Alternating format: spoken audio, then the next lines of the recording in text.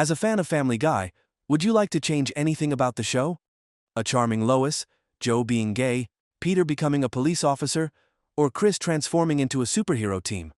The television network decided it was time to refresh Family Guy. To explore the right direction, they tested 3 different reboot ideas, each offering a unique and humorous take on the Griffin family. Welcome, everyone. My name is Vaughn Giner, and I'm Vice President of Creative Bankruptcy for the Fox TV network. Just from looking at your clothes and weight, I can tell you all watch a lot of free network television. Am I right? As you may or may not care, Family Guy is in its 17th season, and since Fox is now owned by Disney, which will someday be owned by Netflix... That woman looks exactly like me. That's your reflection, Peter. Oh, I'm beautiful. Reboot? I thought they said it was a couple of tweaks. Yeah, we're supposed to trust these idiots? That woman has her finger up her nose. That's still your reflection, Peter. Oh, she's beautiful. Now, as most unfunny women will tell you, women are very funny. Aside from the Griffin family, there was also a group of filmmakers observing the survey. Hey, what's going on in that room? It's a focus group of Arby's executives watching us eat. Oh, He ate it. People will eat anything. $50 says the fat girl eats a third big beef and cheddar. Who's on it? Okay. I'll take that. You got it. Oh, come on, buddy. Don't do Here it. she comes. All right, kid. Take your time. Damn it! In the first version, the Griffin family was turned into a dramatic teen series, with Chris as the main character navigating romantic relationships at school. Many recent shows have found success by rebooting themselves as gritty supernatural teen dramas like Teen Wolf or Riverdale, which are watched by as many as 6,000 people a year. So we thought a similar approach might work for Family Guy. I'm guessing we're wrong, but let's find out sure. The episode began in the school locker room, where Chris, Peter, and Lois were portrayed as friends. Hey, Goldman. Great job with sports today. Thanks, Chris. We're almost ready for the important sports game. Hey, guys. Hey, Ruth. Good gender fluid shower? Great gender fluid shower. Dad, what are you doing here? Putting my gender fluid in the shower. Chris, there you are. Patty, what's wrong? Why aren't you in bitch class? It's your sister, Meg. She's dead. Wait, where are you going? Each character owned a stylish car, stepping out like genuine party enthusiasts. Their hangout spot was a bar. Can we all be quiet? We've been asked to nod our heads while the band plays the song our parent company is aggressively marketing. You guys, check it out. Patty just got into the college for people with bright futures. Oh, cool. Is she still gonna major in Lot to Live for? Yep.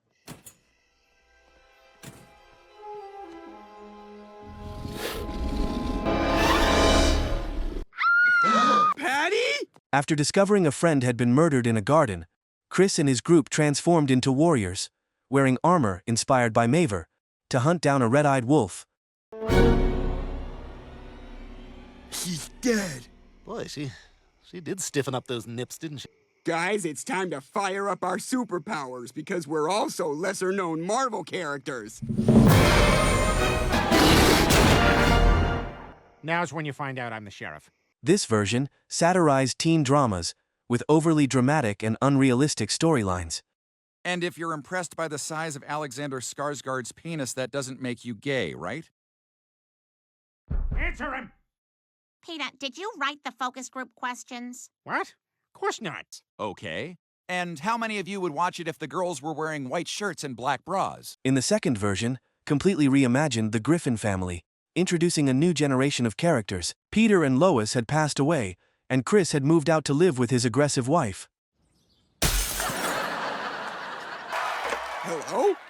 Oh, hey there, Stewie. Or should I say, between you and me, I think Trisha might be barren. Okay, give my love to Brian and Meg, and hopefully we can come down there for the season finale. Chris, I'm standing here in the living room because I need to talk to you about something very important. Look, we've been through this. It's my house, and I want to wear shoes in it. Chris, I offer you a choice. You can either continue wearing shoes in the house or continue having sex with this age-defying Eastern physique. Their marriage was fraught with financial and emotional challenges, including sleeping on a tiny bed, and Chris frequently being thrown out the window. Luckily, I'm the town windower. For me, every day is a pain. Chris, I'm lying here, listening to you toss and turn and wondering if there's something you'd like to discuss. I don't know.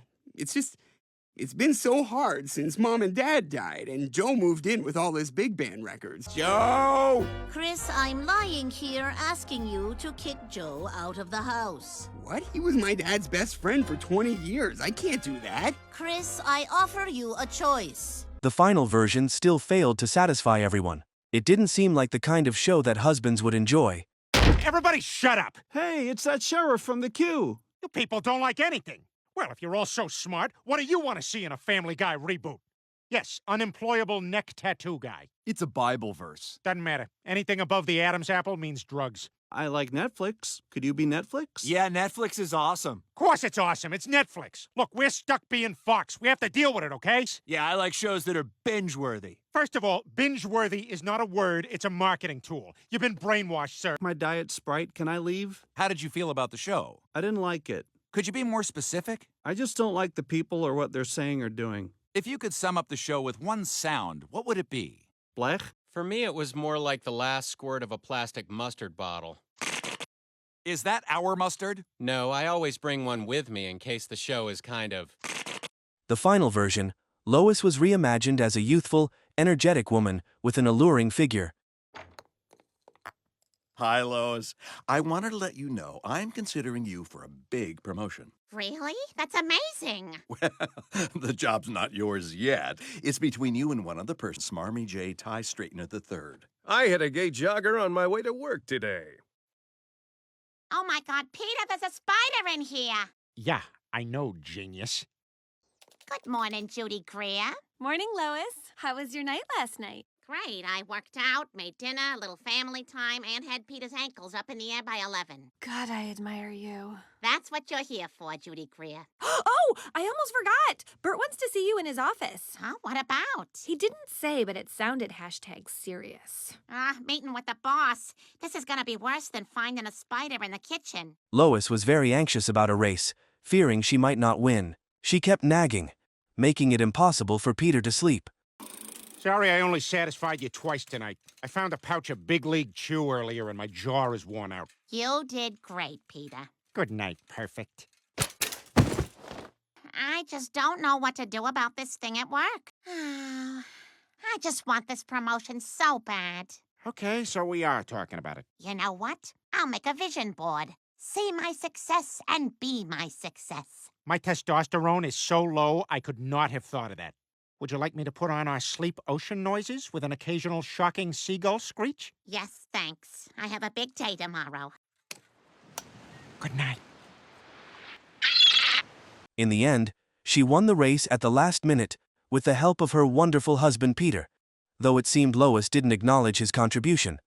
Come on, you idiots. Don't screw me. So, what did you think? And please keep in mind that your spontaneous comments will affect the jobs of hundreds of people. Excuse me, may I have your attention, please? Now, I know you're all wondering who is going to get the big promotion, and I'm proud to announce that person is Smarmy... Excuse me, where do I put this briefcase full of money? Who are you? I'm president of Wine and Paint Night Incorporated. Lois Griffin just landed my account through her wit, charm, and professionalism. Is that so? Well, in that case, the big promotion goes to Lois Griffin!